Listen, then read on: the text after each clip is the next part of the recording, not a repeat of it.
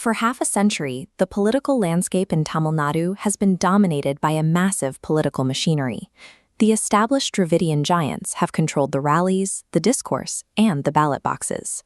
Pushing against that entrenched system is the Nam Tamilar Kachi, or NTK. For a decade, they have campaigned village by village, trying to establish a strict, ideological Tamil nationalist movement as a distinct alternative to the ruling establishment. Then the board flips. Tamil cinema megastar Vijay enters the political arena, bringing his own highly anticipated party into the fray, the TVK. This chart shows the immediate electoral fallout. You can see the NTK's traditionally stable voter base slightly dipping, with an estimated 2. Rather than treating this newcomer as a fellow ally against the ruling parties, this minor shift in the math triggered an all-out, relentless political counterattack from the NTK. The NTK didn't hold back. In interviews and public speeches, they launched a severe rhetorical offensive, going so far as to label TVK's newly formed voter base as a tharkari, or ignorant crowd. What stands out here is the target selection. The NTK is pointing its heaviest artillery squarely at a brand new party, largely bypassing the massive ruling establishment currently running Tamil Nadu.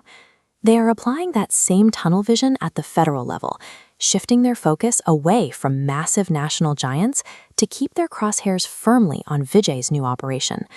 Curious, why would a grassroots party built on strict ideology spend its hard-earned political capital attacking a newcomer instead of the entrenched powers it was created to fight? The NTK operates on a specific strategic framework. They view the ruling establishment as a long-term ideological enemy, but the TVK is something different, an immediate, tactical threat. According to the NTK, Vijay's party isn't bringing political change to the system. They argue the TVK is simply running the exact same playbook as the traditional Dravidian parties, only worse. Their first specific accusation is financial. NTK leaders claim that in recent polls, TVK operatives bypassed policy debates and handed out cash for votes right at the polling booths. If you look at this map, you can see how NTK visualizes TVK's electoral strategy. They allege the new party is piecing together its candidate lists based strictly on calculated caste and religious demographics, completely ignoring ideological alignment. Add to that, the NTK points to the TVK's alleged deployment of 36,000 Instagram influencers. They argue this reliance on online glamour and celebrity appeal is a deliberate smokescreen designed to mask a total vacuum of real political thought. To the NTK, there is nothing revolutionary about this challenger. They see a highly funded machine adopting the exact same systemic corruption the NTK has spent a decade trying to dismantle. There is also a cultural friction point here. The NTK argues that the larger-than-life cinematic hero worship native to Tamil Nadu creates a highly volatile political environment when it crosses over into governance. They point to the sheer chaos at TVK's initial public events, where massive, uncontrolled crowds led to stampedes and injuries. To the NTK, this proves that star power breeds a dangerous fanaticism that cannot be safely managed. The NTK deliberately contrasts that frantic energy with their own self-image. They frame themselves as a disciplined, ground-level movement focused strictly on political issues. They cite their legal battles as proof of this discipline, like a hard-fought court victory in Karur, where the NTK successfully secured government jobs on compassionate grounds for families affected by local tragedies. This contrast builds the NTK's broader thesis. They want voters to understand that actual political progress requires tedious legal fights and daily groundwork, not just the massive gravity of a movie star stepping out of a car. But this claim to strict ideological purity invites an obvious question.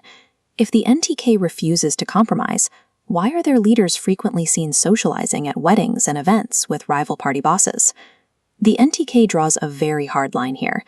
They argue there is a clear difference between basic human decency in public spaces and ideological compromise in the legislature. To prove this, they point to their track record behind closed doors. NTK leadership claims they have flatly rejected alliance offers from every major player in the state, including the BJP, the DMK, and even the TVK prior to its official launch. This paradox is actually a calculated survival mechanism. The NTK can maintain peaceful social ties in a famously volatile political state, while fiercely guarding their independent, uncompromised identity at the ballot box. Zooming out, the macro-political reality in Tamil Nadu following the recent elections tells a specific story about how power actually changes hands.